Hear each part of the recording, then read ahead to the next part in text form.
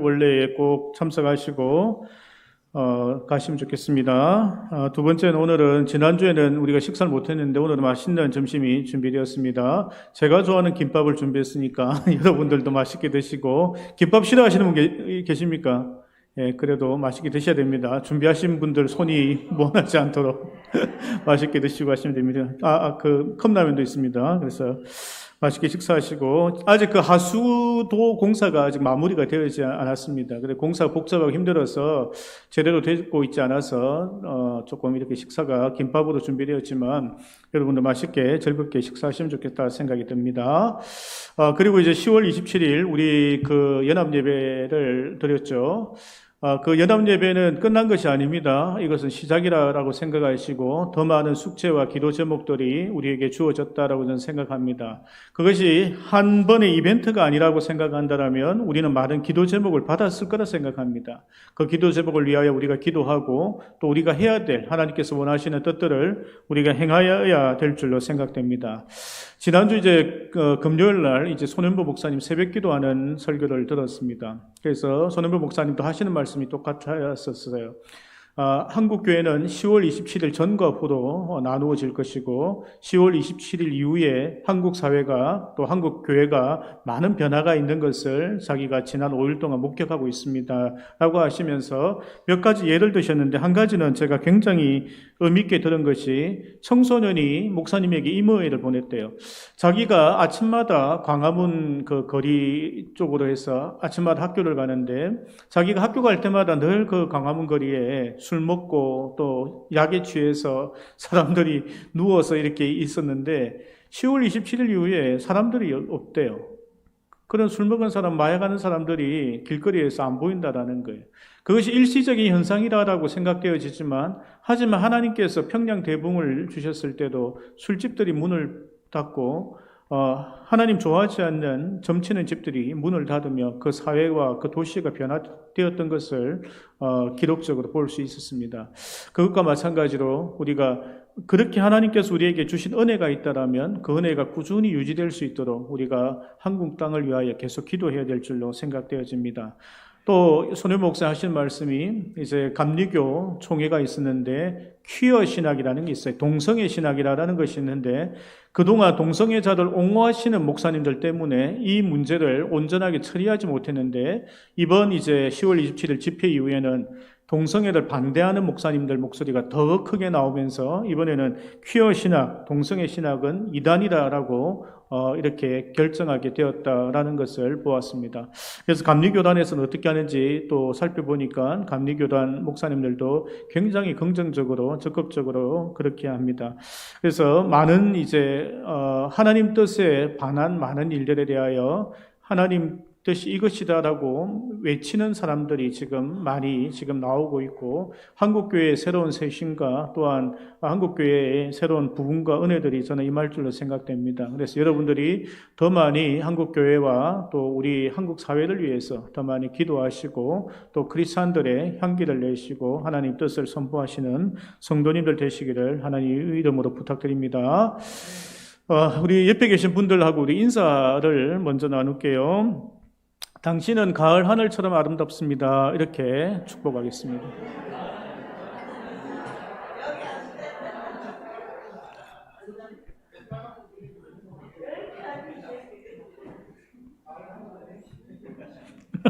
전화를 하셨어요? 인사하셨습니까?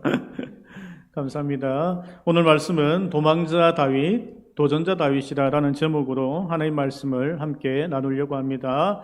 지난 사무엘상 26장에서 이제 다윗은 사울 왕을 두 번째 만나게 된 장면을 살펴보았습니다.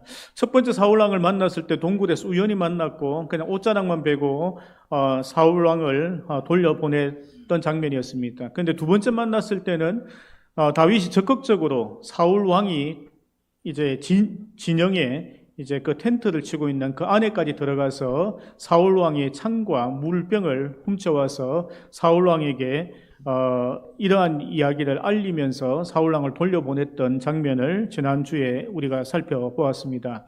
근데 재밌는 것은 오늘 읽었던 27장에서는 가드 왕 아기스를 두 번째 만나게 되어집니다.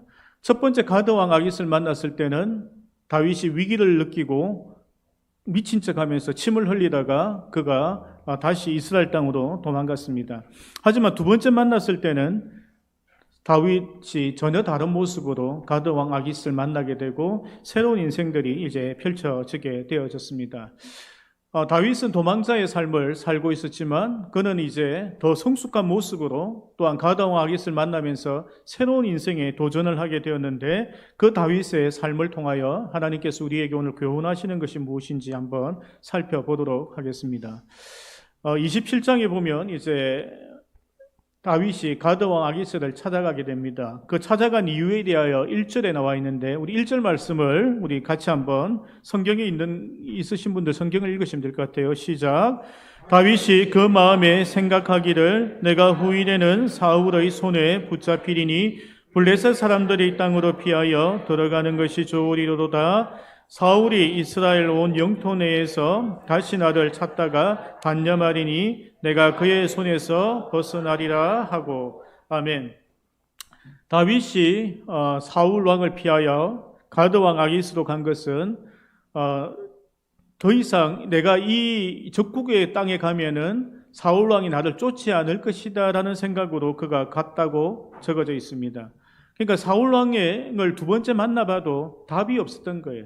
저 사울왕 변한 것도 없는 것 같고 내가 이스라엘 땅에 계속 살다가는 사울왕에게 잡혀서 죽을 것이라는 그러한 생각을 하게 되었다라는 것입니다. 뿐만 아니라 자기를 따르는 600명과 그 600명의 가족들도 함께 있었는데 그들을 함께 보호하고 지킬 만한 장소로 오히려 적국인 블레셋 땅으로 도망가는 것이 그가 좋겠다라고 생각하여 그가 이주하게 된 것으로 볼 수 있습니다. 그런데 여기서 중요한 것은 무엇인가 하면요. 1절의 말씀의 첫 줄에 다윗이 그 마음에 생각하기를 이렇게 적어놓은 거예요. 하나님께 기도하여 그 응답받아서 간 것이 아니라 자기 생각에 그렇게 했다라는 것입니다. 이것이 다윗이 전략적으로는 블레셋 땅으로 가는 것은 맞았지만 신앙적으로나 영적으로는 맞지 않았다라는 것을 성경에서 기록하고 있다라는 것입니다. 몇 년 전에 어떤 선교사님 만났습니다. 대화 중에 저에게 묻더라고요. 목사님은 노후를 준비하고 계십니까? 묻더라고요. 그래서 제가 국민연금 정도는 열심히 넣으려고 합니다. 라고 이야기했습니다. 근데 그 선교사님 하는 말은 자기는 너무 노후가 준비되지 않아서 선교사들은 아무 준비가 되지 않아서 너무 걱정이 된다는 이야기를 하더라고요. 이 선교사님 믿음이 없습니까? 노후를 걱정하는 것이 믿음이 없는 것입니까? 혹시라도 내가 병에 걸릴까 봐 건강보험을 가입하거나 매년 정기적으로 검진받는 것이 믿음이 없는 것입니까? 병에 걸리면 기도원 가서 기도해서 나아야 합니까? 그것이 아니죠. 지금 이 시대는 어쩔 수 없이 하나님을 떠난 시대이고 아담과 하와가 죄를 지은 이후로 모든 인류는 병에 걸리기도 하고 다치기도 하고 사고가 나서 죽기도 하고 다양한 일들이 있는 거예요. 그렇기 때문에 그것을 대비하는 것이 굳이 잘못된 일이라고 볼 수도 없습니다. 당연히 선교사가 은퇴하고 난 뒤에 후원이 없으면 그분의 생계를 걱정하는 것은 어찌 보면 지극히 당연한 일일 것입니다. 오늘 다윗의 모습도 마찬가지예요. 600명이라는 사람들과 그 가족이라면 1000명도 넘었을 거예요. 그 사람들 먹이 살리고 그 사람들 보호하고 그 사람들의 어떤 생계를 책임지는 것을 위하여 블레셋 땅으로 간 것은 굳이 잘못되어진 것이거나 혹은 믿음이 없어서 그랬다라고 비판만 할 수 있는 상황은 아닐 것이라고 생각됩니다. 현명하고 지혜로울 수 있고 또한 지극히 당연한 일일 수도 있다라고 볼 수 있지만 그가 기도하지 않고 이 당연한 일을 했기 때문에 또한 많은 문제들이 생기게 되어졌다라는 것을 우리가 알아야 합니다. 다윗의 생각처럼 그가 가드 땅으로 블레셋 땅으로 들어간 것은 정말 현명한 판단이었습니다. 4절에 보면 사울 왕이 더 이상 다윗을 쫓지 않았다라고 표현합니다. 그러니까 그의 전략적인 것은 맞았지만 하지만 그 땅으로 들어감으로 해서 다른 여러 가지 일들이 또한 발생되어져 가는 그러한 일이 생기게 된 것을 볼 수 있습니다. 8절에 보니까 다윗 왕이 구술 사람, 기르스 사람, 아말렉 사람을 침략한 일이 기록되어져 있습니다. 오늘 본문에 읽었죠. 근데 그 땅에 있는 모든 사람들을 살려주지 않고 다 죽였다라는 표현도 있어요. 그러니까 그 땅을 침략하여 그 땅에 있는 모든 재물들을 빼앗고 그 땅에 있는 남녀들을 살려두지 않았다라고 표현되어져 있다라는 것입니다. 그가 사울왕을 만났을 때에 사울왕을 죽이지 않고 그를 살려보냈던 다윗이었습니다. 나발이란 사람이 자기에게 환대하지 않는 것을 두고 나발을 죽이려고 하다가 아비가일 때문에 나발을 살려준 것이 다윗이다라는 것입니다. 근데 그 재물을 좀 얻기 위하여 그 사람들을 노략질을 하고 또한 그 사람들을 죽이게 되는 일이 발생했다라는 것입니다. 그가 하나님의 원칙, 하나님의 법대로 사는 것이 아니고 블레셋 사람들처럼 이방인처럼 그가 살 수밖에 없는 상황이 된 것이라는 것입니다. 그것이 중요하다라는 거예요. 기도 없이 우리가 행하는 많은 일들이 세상 사람들이 볼 때 지혜롭구나, 정말 현명하구나, 이렇게 사는 것이 좋다라고 하는 그 삶을 살아갈 때에 우리가 자칫 잘못하면 내 인생이 그 사람들의 인생처럼 바뀔 수 있다는 것을 알아야 합니다. 근데요, 그가 이러한 노략질과 사람을 죽이는 일뿐만 아니라 그러면 왜 이 사람을 죽였느냐, 또한 그가 왜 아기스 왕에게 가서 거짓말까지 하게 되었느냐라는 것을 한번 보도록 하겠습니다.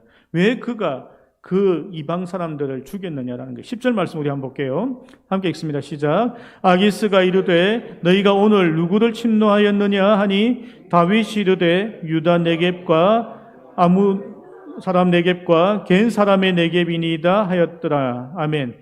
원래는 다윗이 친 사람은 구술 사람, 기르스 사람, 아말렉 사람인데 아기스 왕에게 보고하기는 유다 네겝, 여라무엘 사람의 네겝, 겐 사람의 네겝이라고 거짓말을 합니다. 이 네겝은 그냥 광야라 보고 그 지역이라고 하시면 돼요. 그러니까 유다 네겝, 유다 땅에 있는 사람들하고 여라무엘도 유다 지파 헤스론의 아들이에요. 그러니까 유다 지파의 한 파트인 거예요. 그러니까 유대인들, 이스라엘을 쳤다고 한 거예요.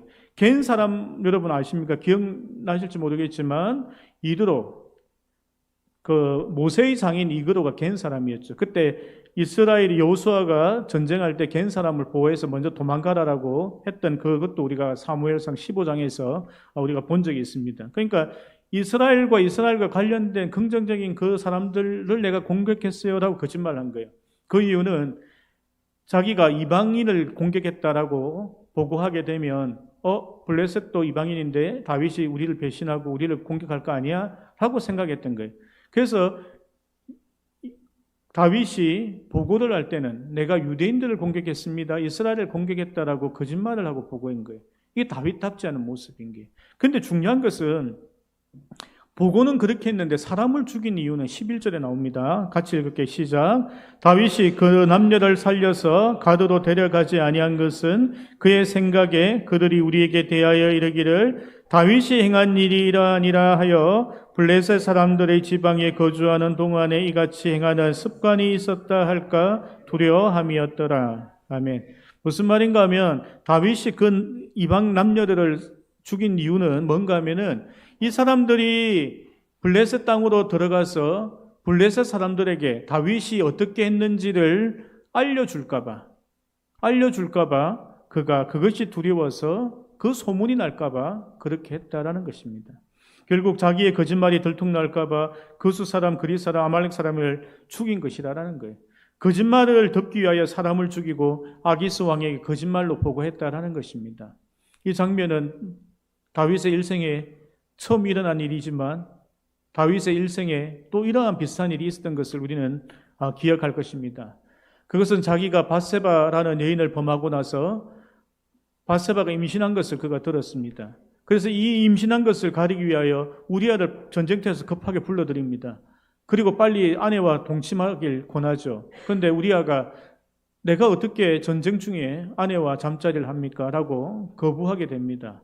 그래서 다윗이 그 다음 깨를 낸 것이 무엇입니까? 우리아를 전쟁터 맨 앞에 보내고 그리고 다른 군사들은 빠르게 퇴각하게 만들어 우리아 혼자 전쟁터 맨 앞에 남기는 것이었습니다. 그리고 우리아가 적군에 의하여 죽게 만드는 것이 다윗의 전략이었죠. 자기의 잘못을 가리기 위하여 그러한 일을 했다라는 것입니다. 자기의 문제와 자기의 잘못을 가리기 위하여 그 사람들을 제거하고 그 사람이 내 눈에 안 보이면 이 문제가 사라질 것이라는 그러한 어리석은 생각을 한 것이 다윗이다라는 것입니다. 그가 기도하지 않고 시작된 이 일은 결국에 자기가 세속적이고 이방인들의 삶처럼 그러한 삶을 그가 살아가고 말았다라는 것을 우리가 볼 수 있다라는 것입니다. 지금 다윗을 보십시오. 그는 사무엘로부터 기름 부음을 받았습니다. 골리앗도 그가 죽이는 그런 놀라운 일들을 하였습니다. 다른 전쟁에서도 여러 번 승리를 하였습니다. 뿐만 아니죠. 사울이 자기를 죽이려고 할 때에 사울의 창도 여러 번 피했을 뿐만 아니라 사울 왕이 동굴에 왔을 때 그 진영 속에 텐트 속에 들어갔을 때도 하나님께서 보호하시는 것을 경험하였습니다. 사울 왕이 악령이 들을렸을 때요, 자기가 찬양하니까 악령이 떠난가는 그런 기적들도 보았습니다. 뿐만 아니라 광야에서 그냥 도망 다니고 있는데 600명이나 사람들이 모인 거예요. 그 가족까지 오니까 한 1000명도 넘게 모인 거예요. 생각해 보세요. 여러분 개척교회를 시작했어요. 한 1000명이 몇 년만 1000명이 모였어요. 어마무시한 그런 역사와 기적을 본 거 아닙니까? 사람 1000명 모으는 거 여러분 쉽지 않습니다. 그냥 모은다고 해서 모이는 것이 아니에요. 돈 준다고 모이는 거 아니에요. 100만 명 모이는 거 그 쉬운 일이 아니에요. 우리나라 역사에 그렇게 모인 적이 거의 없다는 것을 알아야 합니다. 그런데 그렇게 자기 주변에 아무런 노력도 하지 않았는데 사람들이 모이는 그런 기적을 맛보았습니다. 그런데 거기에서 다윗이 멈추고 있다는 것을 우리가 보아야 합니다. 이런 기적들을 맛보고 하나의 은혜를 경험할 때에 우리가 자칫 잊어버리는 것이 하나님에게 묻는 것을 잊어버리는 거예요.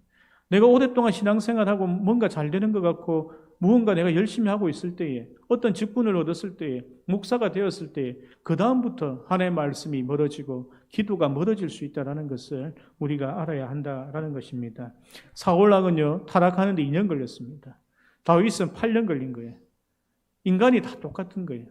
나만 그렇지 않을 거라 생각하면 안 된다는 거예요. 내 신앙생활 50년 했다면 오히려 50년 했기 때문에 나는 위험하다라고 생각을 하는 거예요. 익숙해져 있는 그것이 나에게 오히려 하나님 앞에 실패할 수 있는 그러한 원인이 될 수 있다는 것을 우리가 알아야 한다는 것입니다.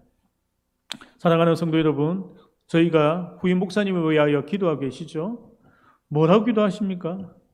제가 몇 분의 이야기를 듣고 조금 놀란 부분이 있습니다. 자기의 기준에서 목사님을 구하고 있는 거예요. 나는 이런 목사님 왔으면 좋겠다. 그런데 다른 분의 기도 제목 들어보니까 이분도 이런 목사님 왔으면 좋겠다는 이게 다른 거예요. 이렇게 하다가는 큰일 나겠다는 생각이 드는 거예요.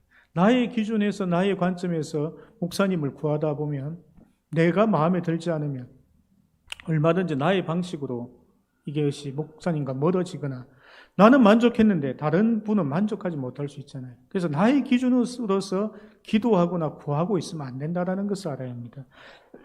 죄송합니다. 하나님께서 보내주신 목사님은 과연 누굴까요? 그 응답이 있어야죠.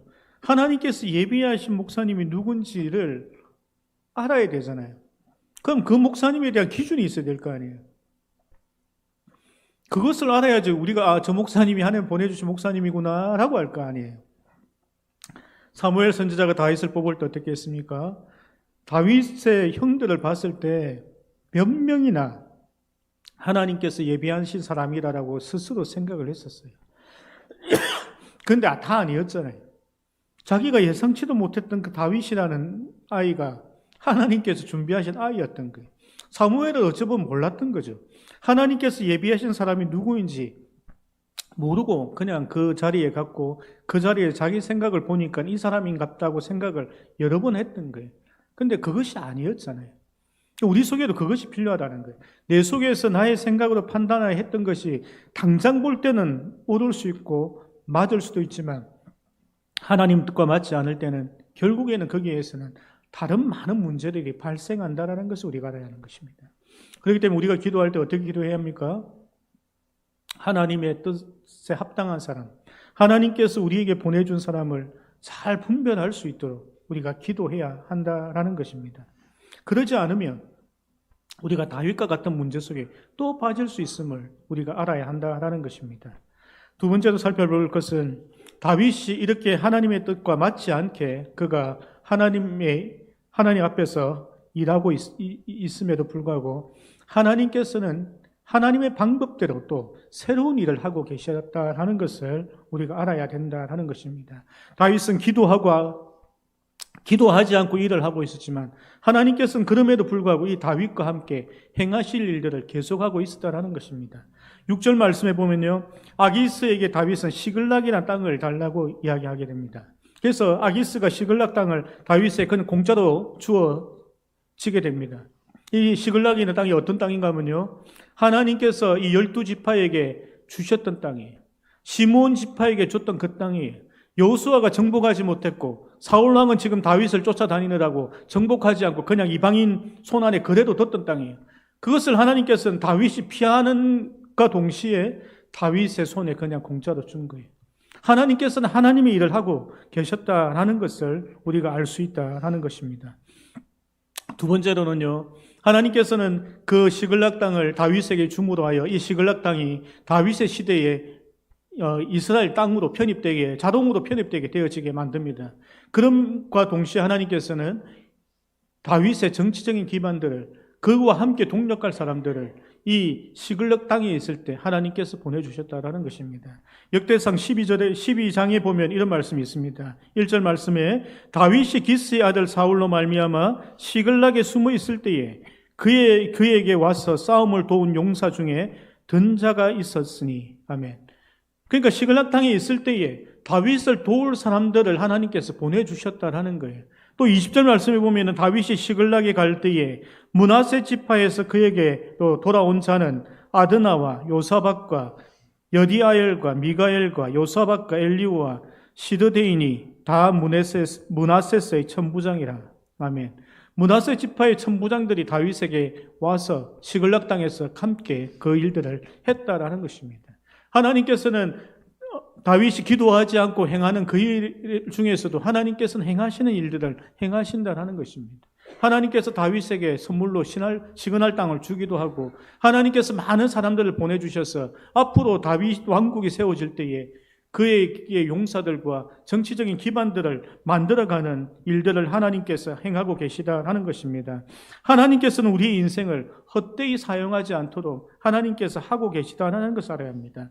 비록 사울 왕은 악령에 들려서 다윗을 쫓아다니고 가드 왕 아기스는 다윗을 받아들이면 전쟁할 때 좀 써먹을 수 있겠어 라는 생각으로 다윗을 받아들이고, 다윗은 이 많은 사람들 내가 어떻게 먹여 살리지, 어떻게 보호하지, 사울왕 피해서 돌아다니는 것도 도망다니는 것도 힘든데 그냥 이 블레스 땅으로 가지, 이런 하나님을 떠나는 생각, 이 세 가지를 모아서 하나님께서는 그럼에도 불구하고 하나님의 일들을 하고 계시다라는 것입니다. 하나님에게 맞지 않는 일들을 행하는 그 사람들조차도, 그 상황조차도 하나님께서 사용하셔서 시글락 땅을 다시 하나님의 약속의 말씀대로 편입시키시고, 다윗이 기도하지 않고 행하고 있는 그 상황에도 하나님께서 다윗에게 그 정치적인 기반이 될 사람들을 보내주시고 하나님께서 그 나라를 만들어가고 계시다는 것입니다. 사랑하는 성도 여러분, 우리가 평생을 신앙생활을 하면서 일반 직장생활도 하고 주부로 살아가고 아내로 살아가면서 100% 성령의 충만함과 100% 하나님의 인도하심으로 살아갈 수 없다는 것을 우리가 알아야 합니다. 그럼에도 불구하고 하나님께서는 우리와 함께 하나님의 일들을 하고 계시다라는 것입니다. 목사인 저도 마찬가지죠. 제가 어떻게 하나님의 100% 인도하심을 받겠습니까? 기도해도 응답하지 않으실 때도 있어요. 그럼 저의 생각과 판단으로 이것을 결정하고 무언가를 해야 될 때가 있다라는 것입니다. 근데도 하나님께서는 저를 통하여 계속적으로 하나님의 일들을 하고 계시다라는 그 믿음으로 저는 살아가고 있습니다. 여러분들도 그런 믿음으로 살아가시기를 부탁드립니다. 그렇기 때문에 우리는 신앙의 연습과 훈련을 계속해야 하는 것이에요. 응답을 듣지 않아도 하나님의 뜻대로 살아가는 이 훈련과 연습을 해야 한다는 것입니다. 이것이 사울왕과 다윗의 차이점이라는 것입니다. 한 장만 넘겨서 사무엘상 28장 3절 말씀 우리 함께 볼게요. 사울왕은 어떻게 살았는가 하면요, 28장 3절입니다. 함께 읽습니다. 시작. 사무엘이 죽었으므로 온 이스라엘이 그를 두고 슬피 울며 그의 고향 라마에 장사하였고 사울은 신접한 자와 박수를 그 땅에서 쫓아내었더라. 아멘. 그러니까 사울은 사무엘 선지자가 죽었다는 이야기를 듣고 나서 신접한 자와 박수들, 그 무당들을 쫓아냈다는 거예요. 그때 갑자기 하나님의 은혜가 그에게 임한 거예요. 쫓아낸 거예요. 근데 재밌는 것은 6절에 보면 이제 전쟁이 터진 거예요. 전쟁이 터지고 나서 이제 사울왕이 어떻게 하는가 보면요, 6절 말씀 함께 읽습니다. 시작. 사울이 여호와께 묻자오되 여호와께서 꿈으로도 우림으로도 선지자로도 그에게 대답하지 아니하시므로. 그 전쟁이 나서 하나님 어떻게 해야 될지 기도를 한 거예요. 어떻게 할 거야 하나님 기도를 한 거예요. 그랬는데 아무런 대답이 없으신 거예요. 그랬더니 사울 왕이 어떻게 하는가? 7절 말씀 봅니다. 시작. 사울이 그의 신하들에게 이르되 나를 위하여 신접한 여인을 찾으라. 내가 그리로 가서 그에게 물으리라 하니 그의 신하들이 그에게 이르되 보소서 엔돌에 신접한 여인이 있나이다. 아멘. 기도하고 응답하지 않으니까 사울은 다시 자기가 쫓아냈던 신접한 여인을 찾아서 자기에게 위로의 그 마음의 평강을 얻으려고 했다라는 것입니다. 사랑하는 성도 여러분, 우리가 이렇게 하면 안 된다는 거예요. 기도는 하는데 응답이 없거나 어떻게 될지 모를 때에 다시 세상적인 방법으로 살아갔다는 그것이 사울의 인생이라는 거예요. 그러니까 결국에 시글락 광야로 들어간 다윗이 1년 4개월 만에 사울 왕은 죽고 그의 왕좌에서 물러나게 되는 일이 일어났다는 것입니다. 그런데 다윗의 삶은 달랐다는 거예요. 오늘 이 사무엘 상만 통해서 우리가 한번 보도록 합니다. 29장 한 장만 더 넘겨서 29장 9절 말씀 봅니다. 시작. 아기스가 다윗에게 대답하여 이르되 내가 내 목전에 하나님의 전령같이 선한 것을 내가 아나 블레셋 사람들의 방백들은 말하기를 그가 우리와 함께 전장에 올라가지 못하리라 하니. 아멘. 아기스가 다윗에게 이런 말을 해준 거예요. 내 목전에서 하나님의 전령 같은 사람이 다윗이라는 거예요.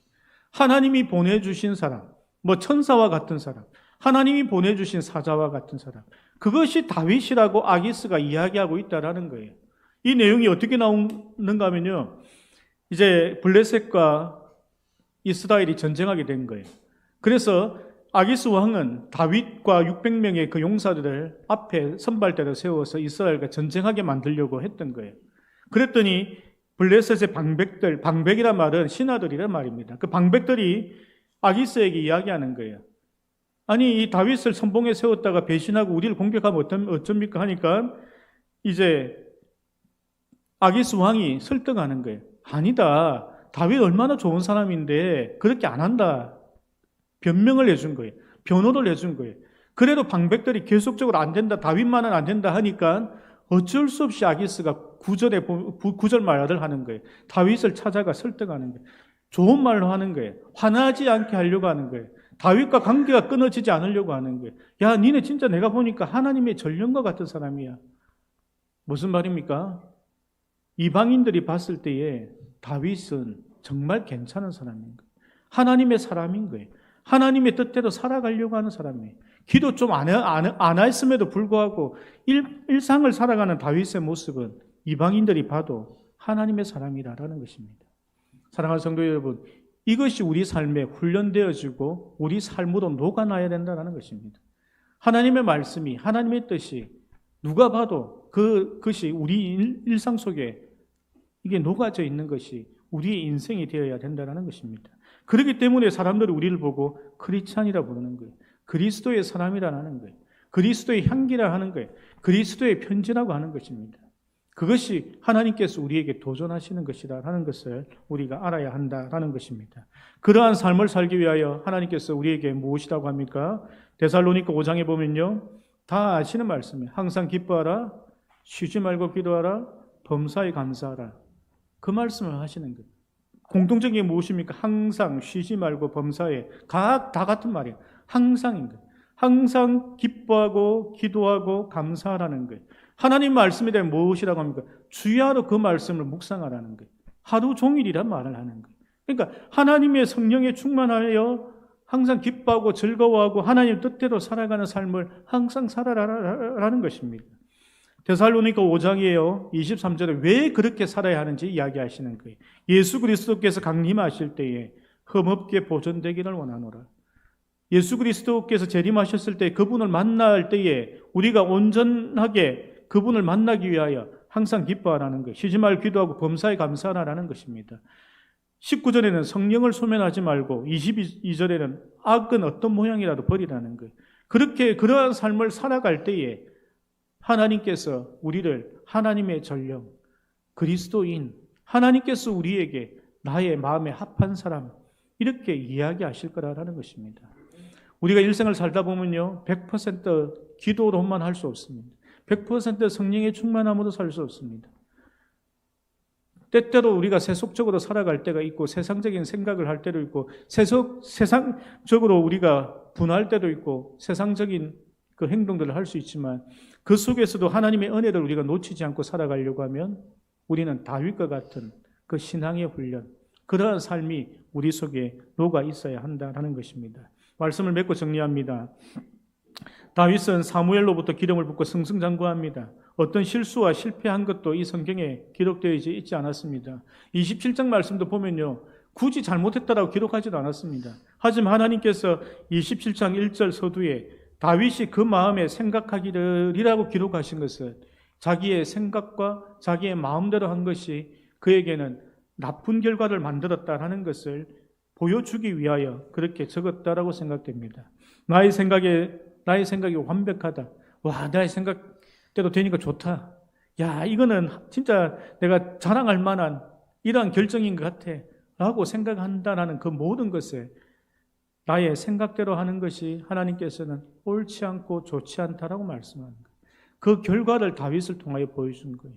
너가 이스라엘, 너희의 민족을 쳐야 되는 일도 생길 수도 있고 세상 사람들처럼 빼앗는 일도 해야 될 수도 있고 세상 사람들처럼 거짓말하며 살아가야 될 수도 있고 이러한 삶들을 네가 살아갈 수 있다는 것을 하나님께서 오늘 다윗을 통하여 우리에게 말씀하고 있다고 생각됩니다. 우리는 어떻게 살아야 할까요? 하나님께 묻고 하는 거예요. 하나님께서 말씀하시는 대로 하는 거예요. 하나님의 뜻에 맞게 내 인생을 다시 한 번 더 바꾸어서 그대로 살아가는 그러한 하나님의 백성들 되시기를 하나님의 이름으로 축복합니다. 함께 우리